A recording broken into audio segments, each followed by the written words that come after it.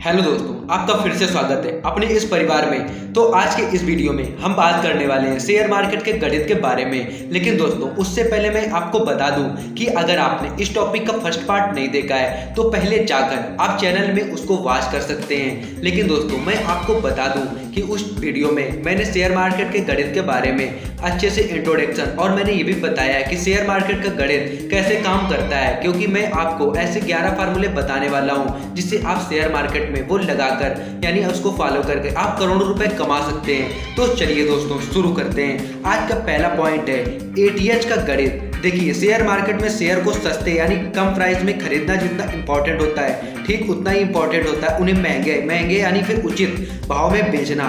क्योंकि अक्सर कई सारे लोगों के साथ ऐसा भी होता है कि वे शेयर को सस्ते भाव पर खरीद तो लेते हैं और प्राइस भी अच्छा खासा बढ़ जाता है, लेकिन उनके प्राइस के और ज़्यादा से ज़्यादा बढ़ने की आस में वो अच्छे से बेच नहीं पाते हैं और इसके बाद वो और भी कम हो जाते हैं। शेयर मार्केट का गणित इस सूत्र में इसी बात को बताता है कि जब शेयर बाजार आए दिन नए नए एटीएच यानी ऑल टाइम हाई बना रहे और जब लोग मार्केट के और ज़्यादा से ज़्यादा बढ़ने की आस में लालची हो जाएं तो आपको डर जाना चाहिए यानी अपने शेयर को बेच देने चाहिए। नंबर 2 पॉइंट है पीई रेशियो एंड ईपीएस का गणित। किसी शेयर में लगाए गए पैसे जितने साल बाद दोगुने हो जाते हैं उसे उस शेयर का पीई रेशियो कहा जाता है। इसे कंपनी के शेयर प्राइस में ईपीएस यानी अर्निंग पर शेयर में डिवाइड करके अर्न किया जाता है। दोस्तों पीई रेशियो इसका फार्मूला दोस्तों होता है PE ratio equal to share price upon EPS. जैसे किसी कंपनी का शेयर प्राइस 50 रुपये है और ईपीएस 10 रुपीज़ है तो पर रेशियो 5 होगा, यानी इस शेयर में लगाया गया पैसा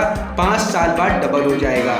दोस्तों नंबर 3 पॉइंट है निवेश और ट्रेडिंग का गणित। शेयर मार्केट में निवेश और ट्रेडिंग दो अलग अलग चैप्टर होते हैं। अगर आप शेयर मार्केट में कोई भी शेयर खरीदते हैं तो आप उन्हें कुछ सेकंड से लेकर कई सालों तक अपने पास होल्ड कर रख सकते हैं। इस आधार पर निवेश और ट्रेडिंग को कई भागों में बांटा गया है। जैसे ट्रेडिंग, जब आप कुछ शेयर खरीदते हैं और उन्हें कुछ सेकंड से लेकर 1 वर्ष से यानी 1 साल तक से कम अवधि तक यानी कम समय में बेच देते हैं, उसे ट्रेडिंग कहा जाता है। इंट्राडे ट्रेडिंग, जब आप कुछ शेयर खरीदते हैं और उन्हें उसी दिन बेच देते हैं, यह इंट्राडे या फिर डे ट्रेडिंग कहलाता है, जिस पर मैंने डिटेल वीडियो बना रखा है, आप जाकर चैनल पे उसे देख सकते हैं। नंबर 2 है स्विंग ट्रेडिंग। जब आप कुछ शेयर खरीदते हैं और उन्हें कुछ दिन या कुछ महीनों तक रखते हैं और 1 साल से कम समय में उसे बेच देते हैं, इसे स्विंग ट्रेडिंग कहा जाता है। एफएसटू ट्रेडिंग, इसमें स्टॉक निफ्टी और बैंक निफ्टी के कॉल और पुट में ट्रेडिंग की जाती है। इसे फ्यूचर एंड फिर ऑप्शन ट्रेडिंग के नाम से भी जाना जाता है। दोस्तों अब मैं बात करने वाला हूँ कि निवेश क्या होता है यानी निवेश का गणित क्या होता है। शेयर मार्केट में जब कुछ शेयर खरीदते हैं और उन्हें कम से कम 1 साल या फिर इससे ज़्यादा समय के बाद बेचते हैं तो इसे निवेश कहा जाता है। निवेश और ट्रेडिंग दोनों अलग अलग मकसद से की जाती हैं। जहां ट्रेडिंग में ट्रेडर कम समय में शेयर का प्राइस मूवमेंट को समझकर कुछ % प्रॉफिट बनाते हैं, वही निवेश में शेयर कंपनी के फंडामेंटल और बिजनेस को समझकर लॉन्ग टर्म के लिए बड़े प्रॉफिट के लिए निवेश किया जाता है। यानी ट्रेडिंग व निवेश में अलग अलग साइकोलॉजी और अलग अलग माइंडसेट से पैसा लगाया जाता है। तो दोस्तों शेयर मार्केट का गणित इस सूत्र में यह बताता है कि अगर आप शेयर मार्केट में निवेश और ट्रेडिंग दोनों करते हैं तो आपको अपना निवेश अकाउंट और ट्रेडिंग अकाउंट दोनों अलग अलग रखना चाहिए, क्योंकि हो सकता है किसी दिन आपको ट्रेडिंग में भारी नुकसान यानी लॉस हो जाए और उसकी भरपाई निवेश वाले शेयर को बेचकर करें, फिर नुकसान और भी बड़ा हो जाएगा अगर आपने दोनों अकाउंट एक पर ही रखे। या फिर हो सकता है थोड़े समय के लिए कुछ प्रॉफिट भी हो जाए, बट इससे आप निवेश वाले पैसे से भी ट्रेडिंग करना शुरू कर देंगे, फिर आप सिर्फ कुछ % के लिए प्रॉफिट के लिए निवेश से मिलने वाले बड़े प्रॉफिट से वंचित रह जाएंगे, यानी दोस्तों आप छूट जाएंगे। नंबर अगला है कि अफवाह और न्यूज़ का गणित क्या होता है। शेयर मार्केट में अक्सर आपने देखा होगा कि जब किसी बड़ी कंपनी द्वारा किसी छोटी कंपनी को खरीदने या फिर कोई नया कॉन्ट्रैक्ट मिलने या फिर कोई डील होने जैसी बात चलती है तो उसका शेयर प्राइस बढ़ने लगता है और उसमें थोड़ा समय अंतराल में ही अच्छा खासा मूवमेंटल देखने को मिलता है। और जब उसकी ऑफिशियल न्यूज़ आती है और तो आमतौर पर उसका शेयर प्राइस गिर जाता है या बहुत कम बढ़ता है या फिर गिरने लगता है। बड़े और मजे की ये हुए निवेशकों इसका बखूबी फायदा उठाते हैं। इसे शेयर मार्केट में by the rumour cell the news कहा जाता है। इसलिए शेयर मार्केट के गणित के अनुसार जब किसी कंपनी के बारे में कोई अच्छी खबर आने की बात या फिर अफवाह चले तो उसके शेयर खरीद लेने चाहिए और जब उसकी ऑफिशियल न्यूज़ आ जाए तो उसके शेयर बेचकर मुनाफा बुक कर लें। अब मैं बात करने वाला हूँ मल्टीबैगर एंड पेनी स्टॉक का गणित। तो पेनी स्टॉक ऐसे स्टॉक जिनका प्राइस यानी जिनका शेयर प्राइस 30 या 40 रुपए से कम होता है और कंपनी का मार्केट कैप 100 करोड़ रुपए तक का होता है, उन्हें पेनी स्टॉक कहा जाता है। ऐसी कंपनियां स्टार्टअप के शुरुआती चरण में होती हैं, जिनसे इनकी ग्रोथ की संभावना काफ़ी ज़्यादा है, लेकिन साथ ही स्टार्टअप के फेल होने की संभावना भी ज़्यादा होती है, जिस कारण रिस्क भी ज़्यादा होता है। अब मैं बात करने वाला हूँ कि मल्टीबैगर स्टॉक क्या होते हैं। ऐसे स्टॉक जो कुछ ही सालों में कई गुना बढ़ जाते हैं, उन्हें मल्टीबैगर स्टॉक कहते हैं। जैसे कि नाम से ही पता चल रहा है, मल्टीबैगर यानी मल्टीप्लाई करना। ऐसे स्टॉक में लगाया गया पैसा कुछ ही सालों में 4, 5, 10, 20 और इससे भी ज़्यादा गुना हो जाता है। यानी मल्टीबैगर स्टॉक निवेशकों को मालामाल बना भी देता है। आमतौर पर सभी मल्टीबैगर स्टॉक स्टार्टिंग में पेनी स्टॉक ही होते हैं, और जैसा कि हमने अभी बताया कि पेनी स्टॉक में रिस्क ज़्यादा होता है, लेकिन इनमें प्रॉफिट की संभावना भी काफ़ी ज़्यादा होती है। इसलिए इस मामले में शेयर मार्केट के गणित के अनुसार निवेशक को रिसर्च करके अपने पोर्टफोलियो में 10 से 15% जगह पेनी स्टॉक को भी देनी चाहिए।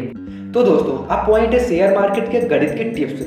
लेकिन दोस्तों, ये एक कॉमन क्वेश्चन रहता है लोगों के मन में कि अगर मुझे शेयर मार्केट के गणित यानी कुछ टिप्स ऐसी मिल जाएं जिससे कि मैं करोड़ों रुपए कमा लूं, तो दोस्तों मैं आज ऐसी आपको टिप्स बताने वाला हूं कि हम शेयर मार्केट में बिगनर्स के लिए टिप्स की बात करें तो उन्हें मैं जो टॉपिक बताने वाला हूँ उन्हें आप कुछ रूप में ध्यान रखकर उन्हें फॉलो करना चाहिए। अगर कोई भी पर्सन इन टिप्स को ध्यान में रखकर शेयर मार्केट में पैसा लगाता है तो उसको लॉस होने की संभावना बहुत कम होती है और प्रॉफिट होने की संभावना बहुत ज़्यादा बढ़ जाती है। इसमें से नंबर 1 पर है दूसरों की देखा देखी पैसे नहीं लगाना चाहिए। नंबर 2 पर है पूरे पैसे एक साथ कहीं पर भी इन्वेस्टमेंट नहीं करना चाहिए। नंबर 3 पर है स्टार्टिंग में कम पैसे लगाएं।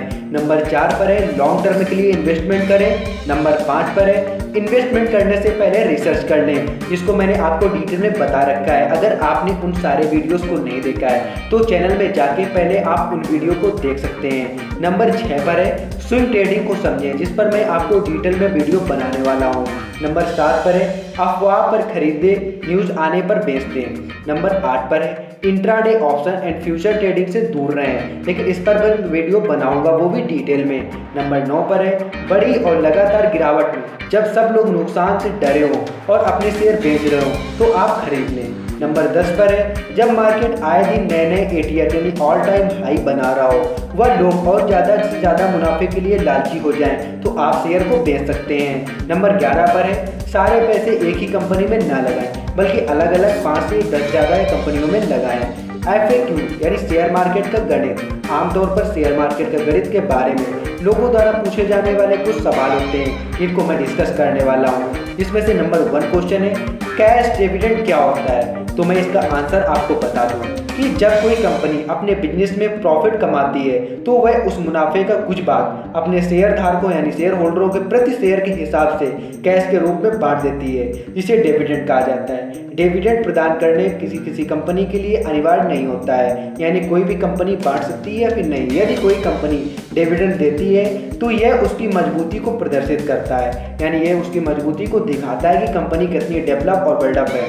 नंबर 2 क्वेश्चन है बोनस शेयर क्या होते हैं। तो इसका आंसर है जब कोई कंपनी लगातार मुनाफा अर्जित करती है, यानी मुनाफा यानी प्रॉफिट कमाती है और हर साल मुनाफे का यूज करने के बाद कुछ रुपए बच जाते हैं तो उन्हें अतिरिक्त फंड यानी रिजर्व फंड के रूप में रखा जाता है। जब ये रिजर्व फंड काफ़ी ज़्यादा हो जाता है तो इससे कंपनी नए अतिरिक्त शेयर जारी करती है, जिन्हें शेयर धारकों को एक निश्चित रेशियो में इशू किया जाता है। तो दोस्तों आपने समझ ही लिया होगा। नंबर 3 है शेयर मार्केट में अपर एंड लोअर सर्किट क्या होता है। जब किसी शेयर की डिमांड काफ़ी होती है और जिसे सभी खरीदना चाहते हैं लेकिन उसे कोई बेचने को तैयार नहीं होता है, यानी उसमें सिर्फ खरीदार होते हैं और बेचने वाला नहीं होता है, जिसे अपर सर्किट कहा जाता है। और जब किसी कंपनी के बारे में कोई खराब यानी बैड न्यूज़ आ जाती है जिससे सभी लोग उस शेयर को बेच देना चाहते हैं लेकिन कोई खरीदने वाला नहीं होता है, यानी सिर्फ विक्रेता यानी बेचने वाला होता है और कोई खरीदने वाला नहीं होता है, उसे लोअर सर्किट कहा जाता है। नंबर 4 क्वेश्चन है शेयर मार्केट में निफ्टी और सेंसेक्स क्या होते हैं। भारत के शेयर मार्केट में NSE और BSE 2 स्टॉक एक्सचेंज हैं जिनमें हजारों कंपनियां रजिस्टर है और NSE पर लिस्ट ऑफ 50 कंपनियों के इंडेक्स को निफ्टी कहा जाता है, क्योंकि निफ्टी में 50 कंपनियां हैं, इसलिए इसे निफ्टी 550 भी कहा जाता है। ठीक ऐसे ही BSE पर बहुत सी कंपनियां लिस्टेड हैं, जिसे टॉप 30 कंपनियों के इंडेक्स को सेंसेक्स कहा जाता है। आई होप आप लोगों को दोस्तों वीडियो बहुत ही पसंद आया होगा, और वीडियो को लाइक करना दोस्तों बिल्कुल भी मत भूलें, और आप सुंदर सा एक कमेंट कर सकते हैं, जिससे कि हमारी टीम और मैं मोटिवेट फील कर सकूं। और चैनल को ऐसे ही शेयर मार्केट, स्टॉक जैसे कई बिजनेस आइडियाज़ को पाने के लिए आप चैनल को सब्सक्राइब कर सकते हैं। तो वीडियो कैसा लगा है दोस्तों, सुझाव जरूर दें। जय हिंद दोस्तों।